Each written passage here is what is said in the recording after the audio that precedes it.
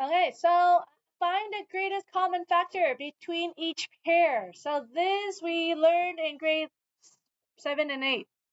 Okay, so let's just say I'm going back. I'm just refreshing my memory. So I list out the factors of 6. So what makes up 6? I have 1 times 6, 2 times 3, right? So that means those are my factor, 1, 2, 3, and 6. What about 20? I can do 1 times 20. What else? 6 times 4. 5 times 4, yeah. Yeah. 2 times 10, or 4 times 5, right? Okay. What number do you see in both lists? Yeah, 2, yeah. So 2 is the only number that appears on both lists. So that means the greatest common factor here is 2. Okay, and remember you're doing factors, not multiple. If you're thinking 6, 12, 18, those are multiple. You're doing factors. Okay, so in this case, 6x and 20x. Welcome to grade 9. Okay, what's your greatest common factor between 6x and 20x then, Ethan? Right, so greatest common factor in this case would be 2x. Between the 6 and 20, we do the same thing to figure out that the greatest common factor is 2.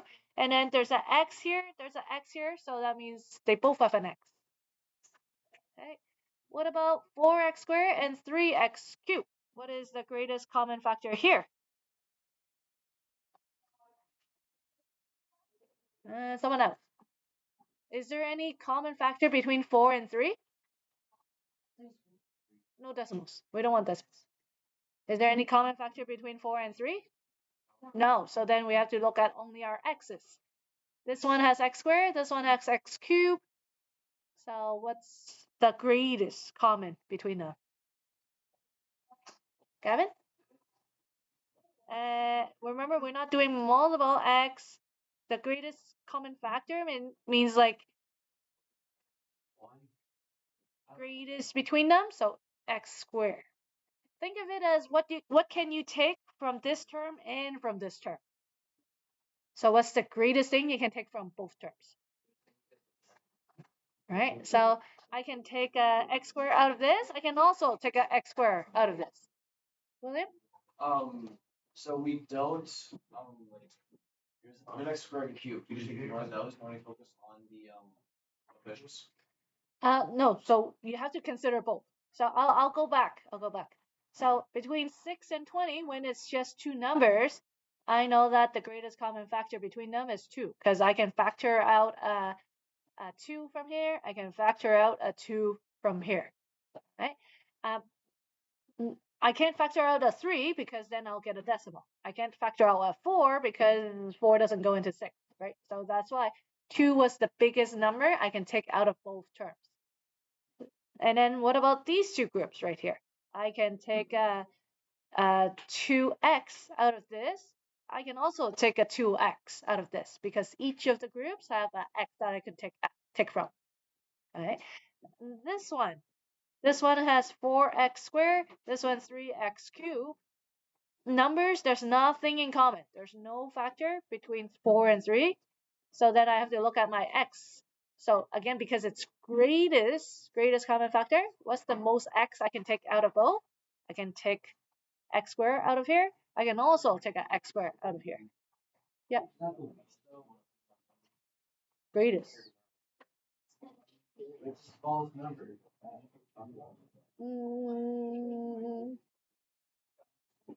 If it helps you think. If you... Okay, sure.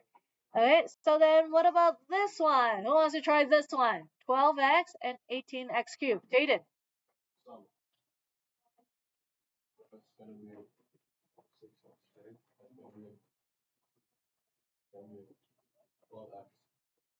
Does 12 go into 18? Oh, with no remainder. Like, so you see how like we wrote like this? 6, good. Okay, so I can take a 6 out of here. I can take a 6 out of here. What else can I take? X, that's right. Okay, why can't I take an x cube out? Because this one only has one x. Okay, so think of it as like let me see. Yeah, something like this. Okay, I'm using my pencil example again. Okay, so like let's say I have these two terms right here. Okay, what's common in both groups? The red, right? So that means the common factor is the red. Right. This one I can't take a pencil out of here because it doesn't have a pencil. Okay, good. So now that we understand what greatest common factor is, we can actually factor. So based on this, what's my greatest common factor? William? Yeah. Okay, so only 5 is common between them. So that's my greatest common factor. And when I take it out, I'm dividing. So I'm dividing my greatest common factor. So 15m divided by 5 is what? 3m, yeah. And then what is 35n divided by 5? 7n.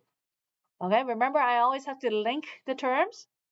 Since it's positive, I have that. And that's how you factor. Okay, see, the brackets came back. Alright. Let's try the next one. What's common in between all 3 terms? It has to be all 3 terms. Okay, Jaden. 2, yep, I can factor out a 2. What else?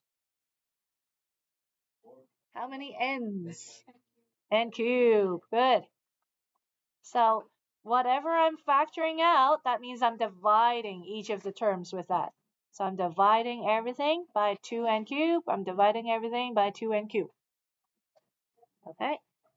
Whatever I'm factoring out, that's my greatest factor. And then I put a bracket to write down what's left.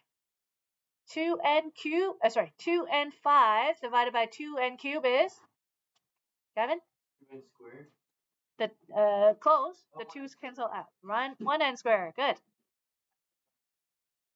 Okay, 12, 12n4 divided by 2n cube.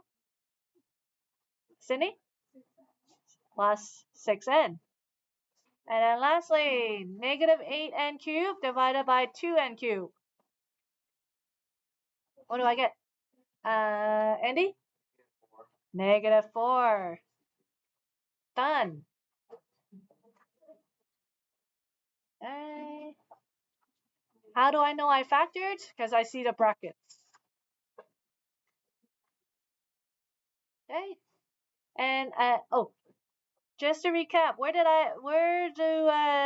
how do I know this is n squared and this is just n? Remember, when you divide, you subtract the exponents. This was grade 9. Okay.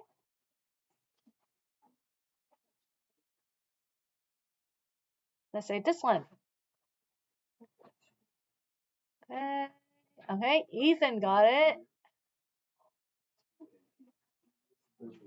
2NP.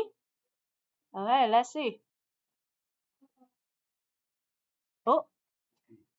Okay, so don't write this down yet. Don't write this down yet. So Ethan said this, but Sydney says no. Why not?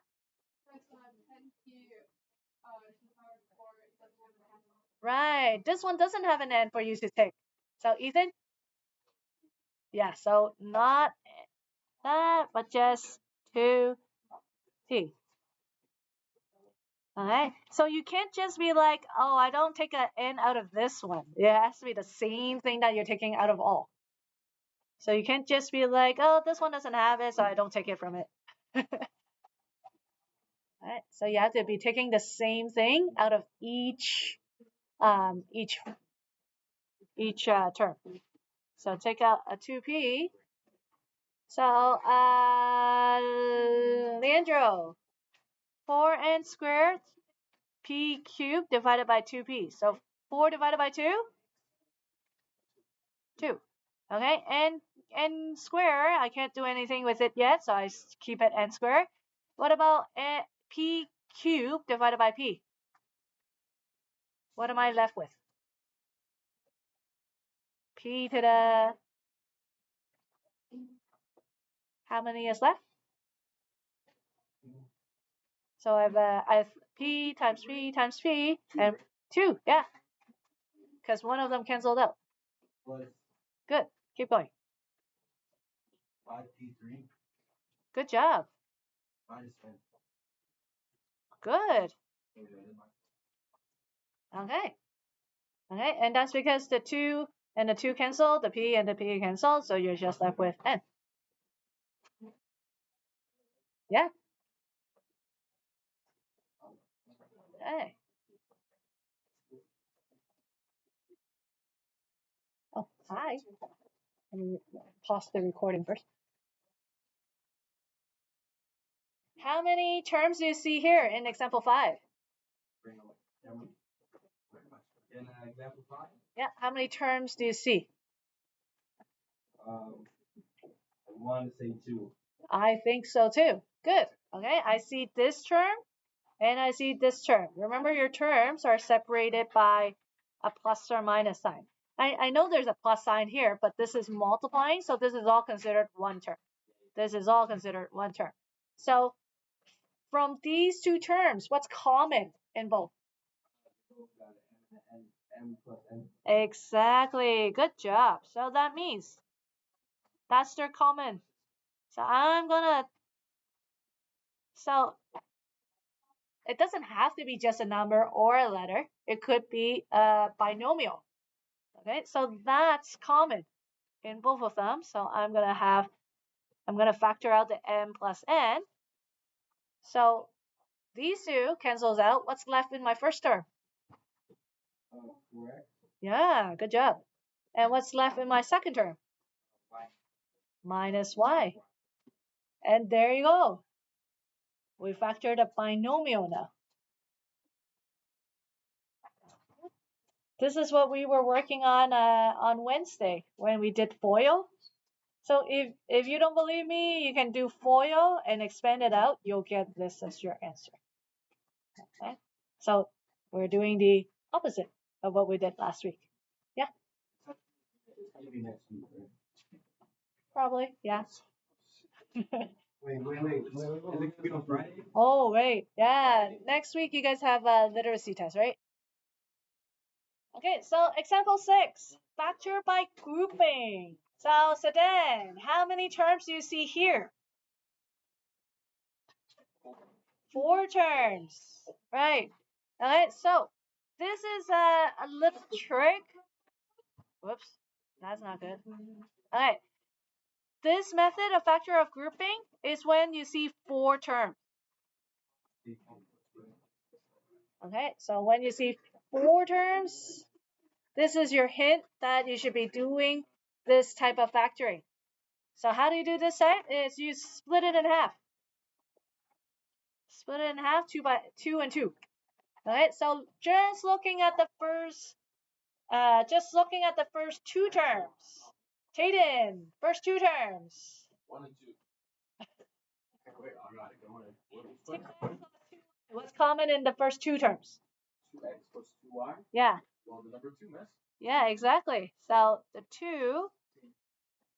Okay, so we have 2. And then, so if I factor that out, what do we have left? Okay. Factor that out. Yeah, so the 2's cancel out. You're left with? Yeah, x plus y. Boys. Thank you. Okay, now the second 2 terms. Yeah, sure, Rashawn. These 2 terms. What's common in these 2 terms? Yeah, so I'm going to factor out an m out of these 2 terms. Positive m or negative m? Yeah, so I have plus m. What's left? X and y. Okay. So now how many terms do I have? Two. So what's common in X and Y. Good job. So that means I am going to factor out the x and y from, whoops, Leaves you only 2m. 2 plus m. 2 Good. plus m. Right. So, and then remember, whatever you're factoring out or dividing, that's your first bracket. That's your first term. And then what's left? 2 plus m. Okay. So we just factored something that's 4 terms. When we first look at it, it looks like there's nothing in common, but now we were able to factor it into 2 binomials. Okay, and again, how do I know I'm supposed to do this trick, this method? Is when you see 4 terms. Okay. Let's try this one. Ion. Okay, how many terms do you see? 4 terms. So that means I'm looking at this method right here. So I'm gonna, separate it. Alright, so Ion, work with me on this one. First 2 terms, what's common? What about the numbers? Between 6 and 3, between the 6 and the 3, what can I factor out? The 3, right? The 3x. I heard someone say 3x. Good. So 3x. William, what's left in the bracket after I factor out that? 2 and X. x. And this is Just cancel out. 3. What's 3 divided by 3? Oh, 1. 1, right? So you have the minus 1. Yeah. Okay. The x also cancels out. Yeah. So that's a good point. Even though it cancels out, if you don't write it, it means you lost a term. So that's why you still have to have that 1 to keep it there. Okay. Tayden. Next 2 terms. What's common in these 2 terms? Negative 4x and 2.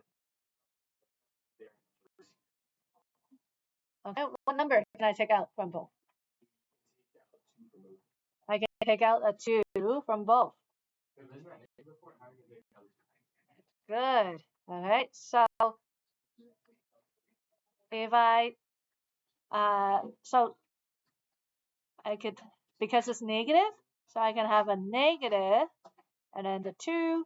So when I factor it out, what do I have left? So Tayden, 4x divided by 2. 4x divided by 2 is 2x. Yeah. And then what is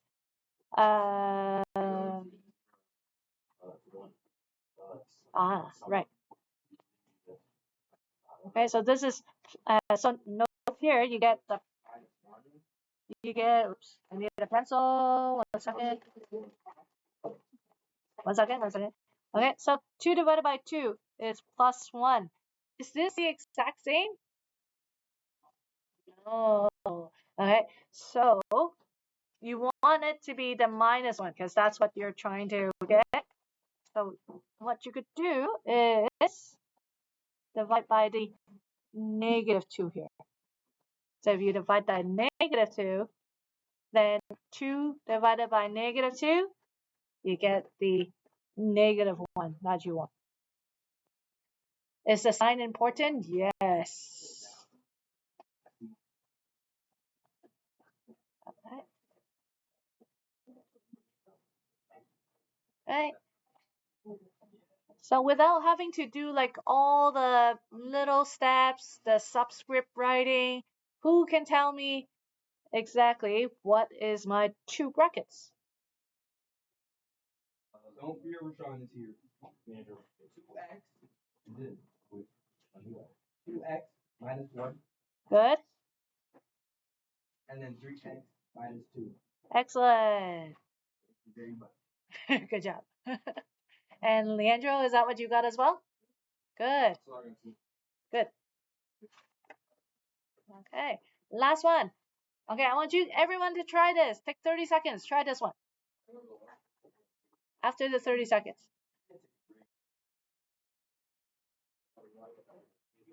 All right, so Leandro, you wanted to do this question, right?